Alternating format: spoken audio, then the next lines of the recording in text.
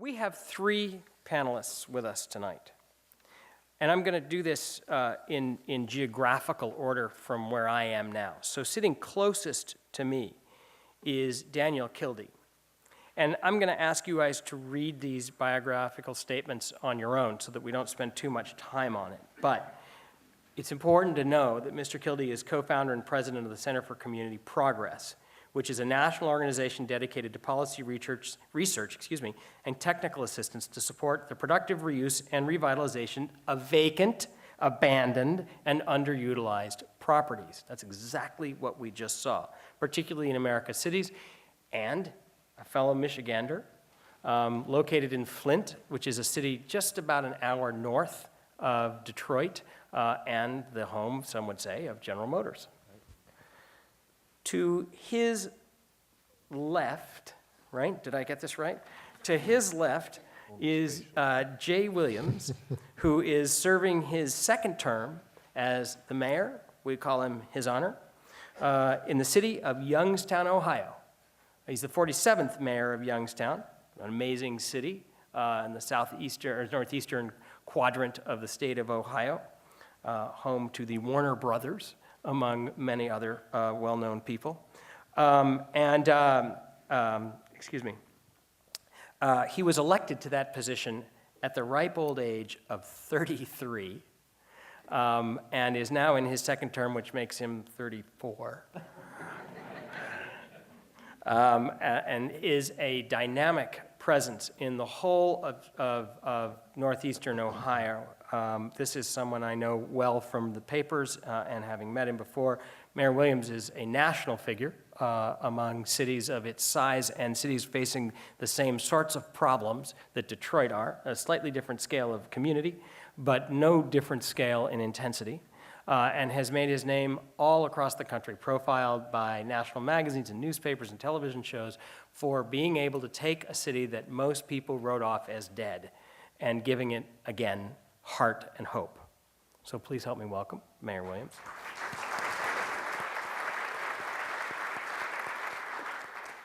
And finally, on the far left, we have Andre Brumfield, who is principal in charge of urban design and planning at AECOM in the Chicago office. For those of you who aren't familiar, AECOM, I believe, is now the world's largest professional design and architectural design and engineering firm.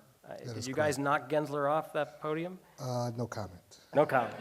It's close if it isn't. I mean, they're larger by dint of a very different sort of organizational structure, but this is a very, very significant worldwide practice in all of the design, engineering, and structures sorts of, and planning and structures related fields. He has a history of having been with some of the most significant planning offices in the country. Particularly, I want to point out time at EDAW, a groundbreaking firm that had offices in San Francisco and Chicago, among other important breakthroughs, but one of the most significant and innovative planning firms in the country. And his specialization is in urban design and planning issues. So please help me welcome Mr. Brumfield as well. Well, first of all, thanks for inviting me to be here. This is an important discussion, and I think for a lot of us that have been working on this particular subject, how we reposition America's really often weakest cities, it's gratifying to see so many people interested. There was a time when we couldn't get 20 people in a room to have this conversation, so thank you. It's a tough subject. It's a tough subject for two reasons. One, it is really hard to figure out ways to make cities that have lost half their population vital again, just technically, physically. It's a difficult challenge that is made even more difficult because this subject is a hard one to talk about. It's especially hard for policymakers to discuss for a couple of reasons. One, it sounds un-American to think about making cities that have become smaller even better without having to grow them back to their previous greatness. I mean, our entire sort of philosophy, the sort of way we define much of our success in this country is all based on growth and prosperity being one thing and the same. And so, number one, the notion that equates growth and size with quality is an unfortunately and somewhat uniquely American notion, which is completely untrue. When you live in a city and you stand on your porch and look at what is comprised of your neighborhood, the thought does not occur to you how many other people are having this experience. The question is, what is life like for me and my family? Do I have what I need in order to have the kind of life that I had aspired to?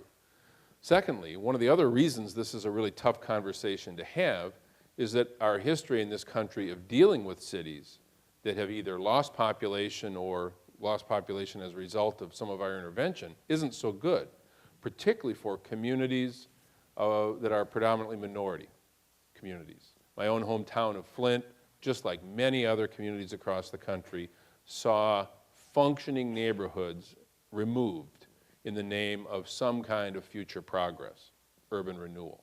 So while on one hand, we have this difficult time talking about this subject because we don't know how to talk about something becoming smaller and better in this country, we also have some real honest hurdles to overcome because of some past mistakes in dealing with this problem. I come from Flint, Michigan. The pictures of General Motors was founded in Flint, Michigan in 1908. We once had a population in Flint of 197,000 people.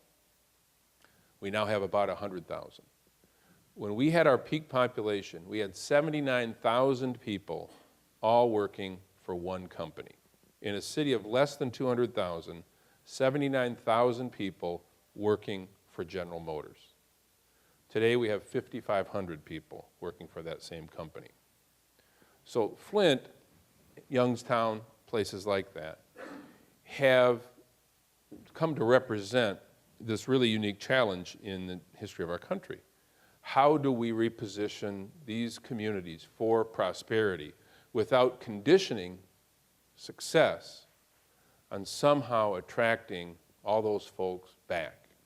It's not likely to happen, and it doesn't serve our interests to continue the pretense that it will happen. Most places haven't come to grips with that. That's why I always like being in a room with Jay Williams, who as a political leader, a position I once held, was willing to stand up and say, look, we have to deal with this reality.